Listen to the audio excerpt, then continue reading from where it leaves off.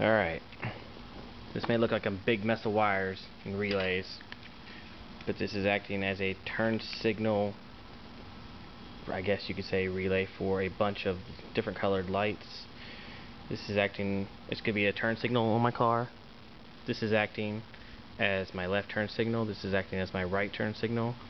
This is my on and off from a remote control that I'm going to have in there, and this is the color selector. So I turn the lights on, they come on. I turn the knob, if I can hold it in my hand right. Okay, it's green. Turn it again, it's blue. Left turn signal, right turn signal. Change color. Left turn signal, right turn signal.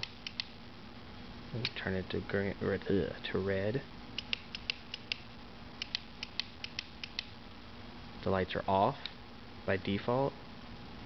It'll default to whatever color's turned on the turn knob.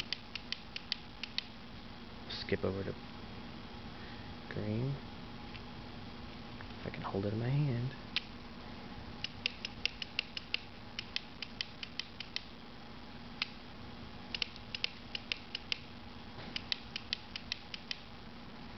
And back on will be blue.